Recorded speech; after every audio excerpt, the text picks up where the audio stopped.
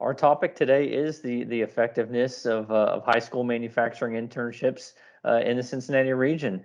So first question, I'm going to tee it up to you, Traci. Can you tell us more about more about Ohio's Manufacturing Extension Partnership High School Internship Program and how it came to be?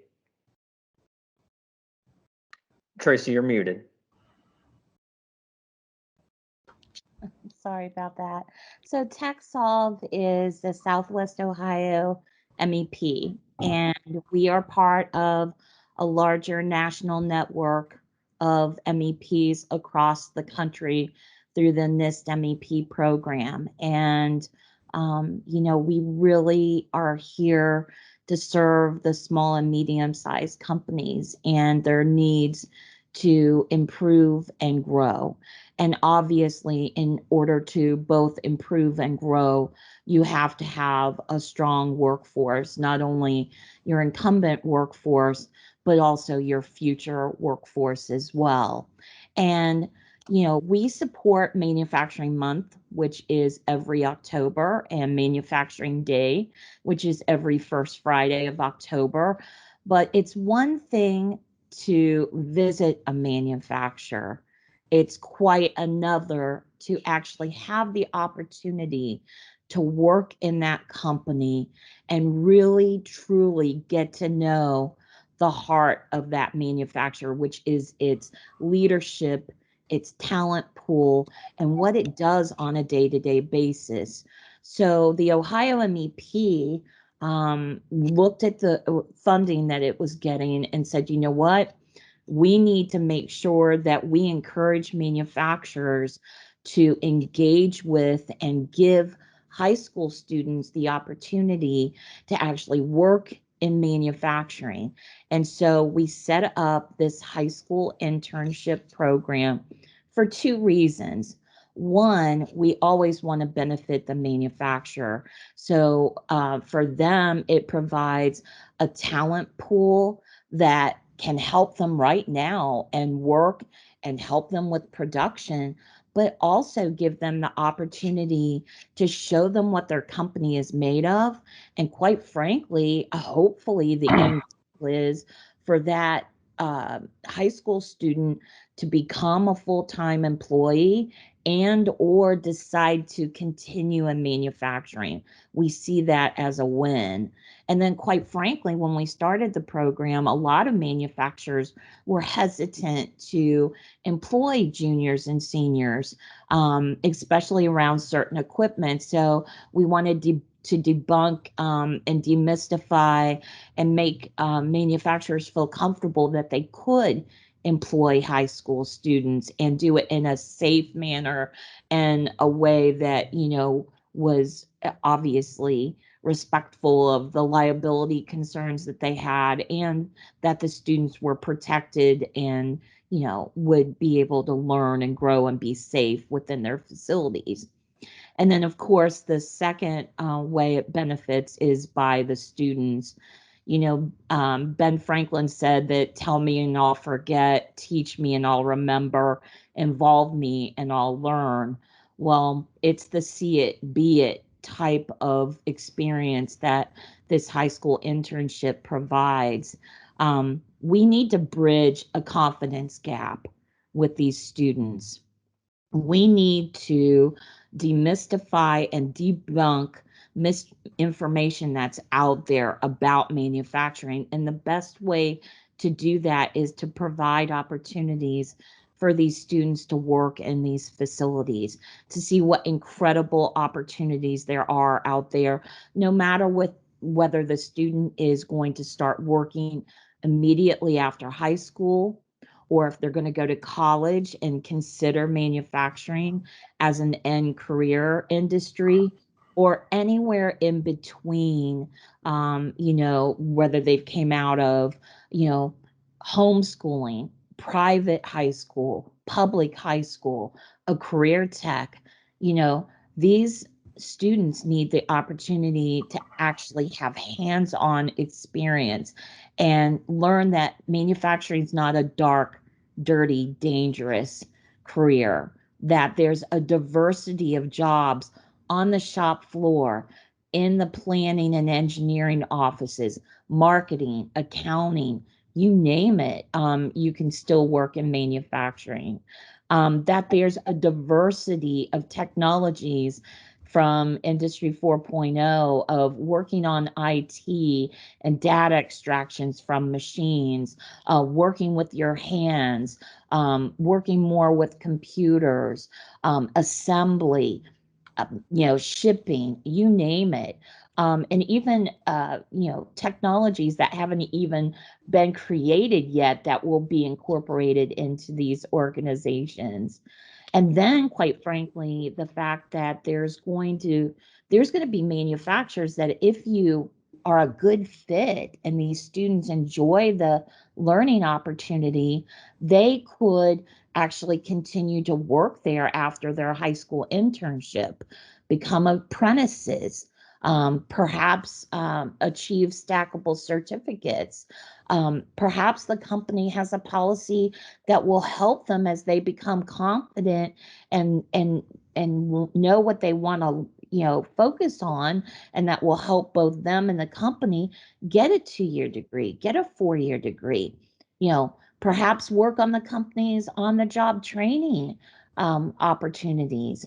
So you can see that there's no end to the fact that a live experience through this high school internship benefits the students and the manufacturers in such a significant way. Thank you, Traci. And I'm going to follow up on something you said, and Paul, I'm going to shift to you. One of the things that Traci mentioned was, most companies were hesitant to employ high school students, juniors and seniors. How did you first get involved in this program, understanding some of that hesitancy from your peers? Well, we first got involved in the program through a meeting that I was at regarding the Advanced Manufacturing Industries Partnership that announced this at one of their meetings, and that's how I learned of it. And then from that, reached out to Traci, and we followed up, and then got enrolled into the program. I guess we do a lot of safety training. And so we feel it's our responsibility to both educate our workers to be safe and to provide safe environments for them. So we didn't really have that issue. And one of the things we did with our program is knowing that these interns or co-ops really need to have a lot of mentorship during this program. We created a team leader role. One of our senior, in our world, our interns are working in welding. And we took an experienced seasoned welder and told him that his responsibility was to teach and grow these students into becoming very proficient in their task and in their trade. So it wasn't as big a deal as far as just the age group of the kids. Because we do understand they're high school kids, so they're probably somewhere in the maybe 17 or 18 years of age group. So, well, let me say first, I applaud you for this type of approach, and it's usually what I advise companies all the time. You have to have a farm system, just like in baseball, for developing your talent. And that's what not only that's what you're doing, but you're also dedicating the resources to do it right.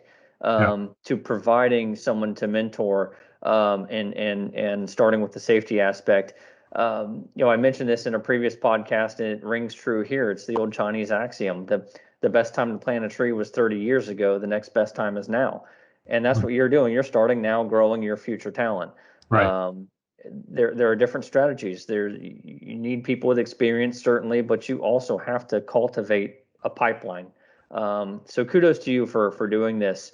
Paul, continuing with you, can you speak about the program's success in your company, and really what surprised you most about the talent? Well, we currently have 4 students in the internship that we've employed. So we generally will hire them as they become seniors in high school, and they're enrolled. I think we've had a lot of interactions with Butler Tech and Warren County Career Center. the Great Oaks Group, and others. The ones we have in this group, I think, have come from about 3 different tech schools, where they're high school students and then taking welding in a tech vocational program. So they generally work for us, starting say September, October, the beginning of their senior year, work all the way through their senior year. And in our case, we have a second shift, so that enables them to go to school full time during the day, and then they work 20 hours a week. We're on 4 10-hour shifts, so 4 10-hour day shifts that they work Monday through Thursday, 5 hours per day for 4 days. It gives them their 20 hours. So it's a good blend between them taking, doing their schoolwork and then having enough hands-on experience where they continue to grow and learn and expand their skills and, figure out, is this really what I want to do? It's fantastic. Thank you, Paul. I'm going to shift to Jessica here, but Paul, I want to tee something up for you. I'm very impressed with what you're doing, your approach. So start thinking about, because I'm going to end this podcast or this interview asking why people should come work to Cincinnati Fan. Why should the future generation of talent engage with Cincinnati Fan? So start thinking about your sales pitch here, and then we'll come back to you. Why are you the employer of choice? Yep. So Jessica, Cincinnati Fan, located in the city of Mason, you've seen a growing number of manufacturing companies over the last few years. Could you share why and how programs like these are supporting growth in Mason and the region in general? Sure. I'm going to call it modern manufacturing. I know we use advanced manufacturing and high-tech manufacturing, but from aerospace to pneumatics and med tech, those are just an incredible, important component for the economic base in Mason and the region. We all know it's part of our legacy. I think we're all here today talking about it because we definitely want it to be a part of our future. And for this sector to be healthy, and for companies like Cincinnati Fan to continue to invest and create jobs, and for the new companies that are moving here. In Mason, in the past 18 months, we've had 4 announcements. 3 of those were manufacturing companies that will be new to the city of Mason, 500 new jobs, $200 million in investment. The other is a manufacturer that's expanding. And so that says manufacturing is here, but for them to be healthy, sustained talent is critical. We know this. And for the future of Mason and the region, we have to focus on that piece of it. Obviously, it's a national conversation. There's a skills gap. There's a perception issue. There's, in many ways, a workforce crisis. I think the number is we'll be short 2 million people by 2030 working in this space unless we turn it around. But, and we're here having this conversation today, I believe the places that figure it out are going to win more than their fair share. And so this program is an example of how we're figuring it out. And I don't think that Traci spoke to this a little bit, there's not a blanket answer, but through innovative policy and on-the-ground programs that are attracting and training and retraining our folks like this, working hand in hand with industry, I think that we are in the lead to figure that out and to create those jobs of the future. I think we're working together really well as a community and as a region, bringing together the educational folks, bringing together industry and folks like TechSolve, and the cities are sitting at the table to say, how do we shift the paradigm about what modern manufacturing is today? It's not your father's factory anymore. And change that workforce and trajectory for the future. So I think this program is and Paul's story is a testament to the companies that are looking here right now, that we're figuring it out and working together, leaning in cooperatively, developing solutions. So I think the future looks bright if we can keep figuring out more programs like this that check the boxes. It's a repeatable program that starts a little earlier upstream with the students, so it's positive. It's a Jessica, story that we'll tell our prospects, and that, Paul will be that testimonial to, that there's a base here of folks that are interested, and people that are developing these programs in concert with him. Jessica, I think you nailed it. Nationwide, there's a talent shortage. It's not specific to this region. What is specific to this region is, what are you doing to address it? And you said this program is one way to address it. And you've got forward-thinking companies like Cincinnati Fan that are taking advantage of it. I mean, when Paul mentioned he's working with all the career centers in this area, Butler Tech, Great Oaks, Warren County Career Center, there is a solution. We've just got the resources to help put it into place.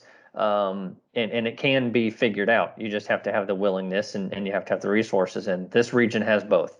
So Traci, if regional manufacturers then want to get involved in this wonderful Ohio Manufacturing Extension Partnership High School Internship Program, I feel like a NASCAR driver listing out my sponsorships. What are the next steps, Traci, if they want to get involved? Well, we definitely try to make the program as easy as possible, Adam. And Paul will have to either confirm or deny that I'm telling the truth. But honestly, it's as easy as contacting me. So the program, what it does is it reimburses the manufacturer for part of the cost of the high school student's salary. We can match up to $1,500 of 50% match. So as soon as those students hit $3,000 in wages, what we do is we have the manufacturer send us, they don't even have to fill out different forms. They send us however they track their hours internally, so we can have verification that the students work the hours.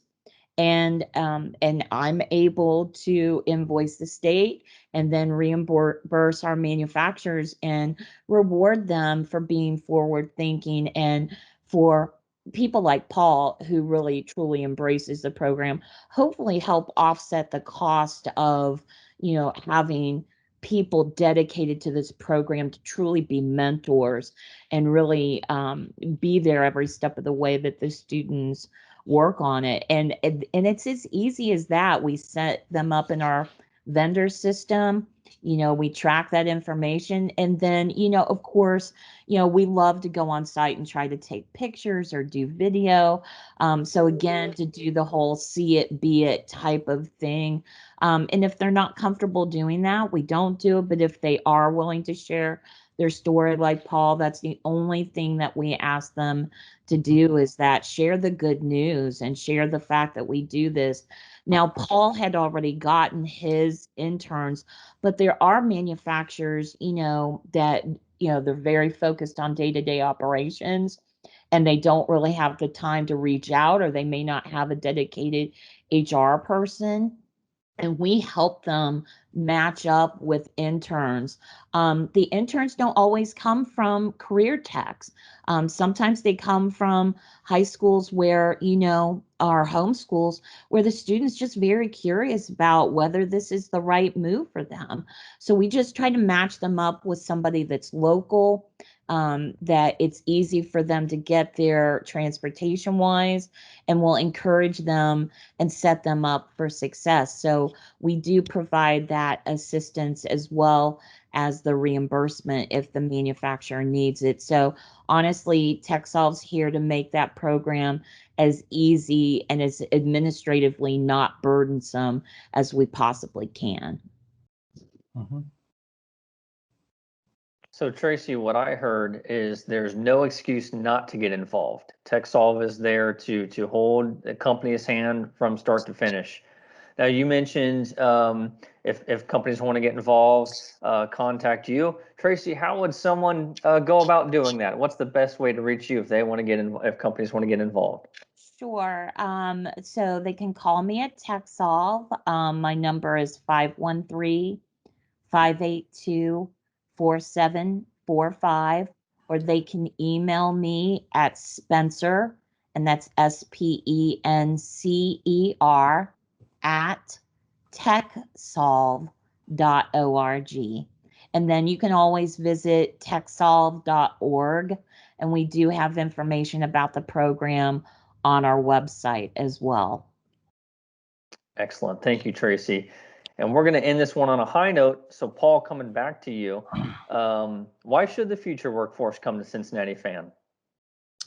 Well, I think it starts with our core values, and I'll quickly read them. Just there's more to it than just these words, but everyone matters, play for each other, take ownership, do what's right, embrace challenges, and be open to change.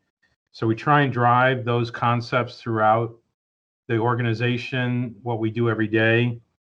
You know, our tagline is to inspire engagement so that the power of the workforce delivers superior products and services in air movement. So we believe if we can get a high-performing workforce, we can have a high-performing organization, and that's our core element of our investment in people. We're spending a lot of time and effort and resources to grow our leadership team. We promote from within. We post all jobs, so we give people the opportunity to move around from type of work to type or shift. We think we have a very good benefit program, competitive compensation, including profit sharing. And I think it comes down to we have a wall of service, which are the milestone anniversary pictures. Every 5 year, we take a picture, give a person a small check, and then take them out to lunch. We used to do that before COVID. Now we're going to get back into it. But, where I take them to lunch, wherever they want to go, and really make a big deal about that milestone. But in that wall, there's people 25, 30, 35, 40 plus years of service. So there must be something, that keeps people coming here, because really in today's world, you can go get a job anywhere. That's absolutely correct. And I'll tell you what rang true for me and what our listeners need to take from this. Couple key things that you said. You invest in your people. It's not just come and bust out on the shop floor and go home and do it all again. It's how can we improve you as a person. And I also like what I heard about engagement with your leadership team. Your leadership team taking folks out to lunch and recognizing them. That doesn't always happen. So those two things in particular, in addition to everything else you mentioned, sounds like Cincinnati Fan has a wonderful company culture. Definitely something the future generation or the future workforce should consider. And Paul, I want to thank you for doing this, agreeing to do this interview, this podcast, and share your successes with this high school internship program. Traci, thank you for sharing the nuts and bolts of how it works. Jessica, for what you do to promote Mason and the region as a whole, and the companies here. I think this wraps it up, and very appreciative for what everyone's done. Yeah. And just to close, Adam, the 4 interns that we had this year, they all graduated this week, and we've made them full-time offers, and they're going to come and stay on with us and continue to work, now as full-time employees, not as interns anymore. That's fantastic. That's the best story awesome. right there. Yep. Yeah. Yes. That's ending it on a high note.